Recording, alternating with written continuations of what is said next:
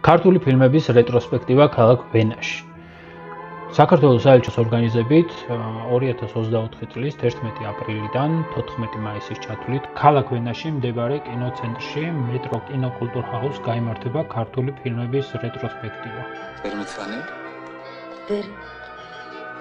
ეს არ შანსი არა მარტო ჩვენ გავიხსენოთ ქართული ფილმები, არამედ ჩვენ ავსტრიელი მეგობრებს გაუზიაროთ ქართული ფილმის შედევრები. შევიკრიბოთ ხოლმე. სვათ ჩაი და ხელოვნებაზე ვილაპარაკოთ. ღონისძიების ლინკს აუცილებლად დავტოვებ კომენტარებში, სადაც ყველა დეტალის იხილავთ.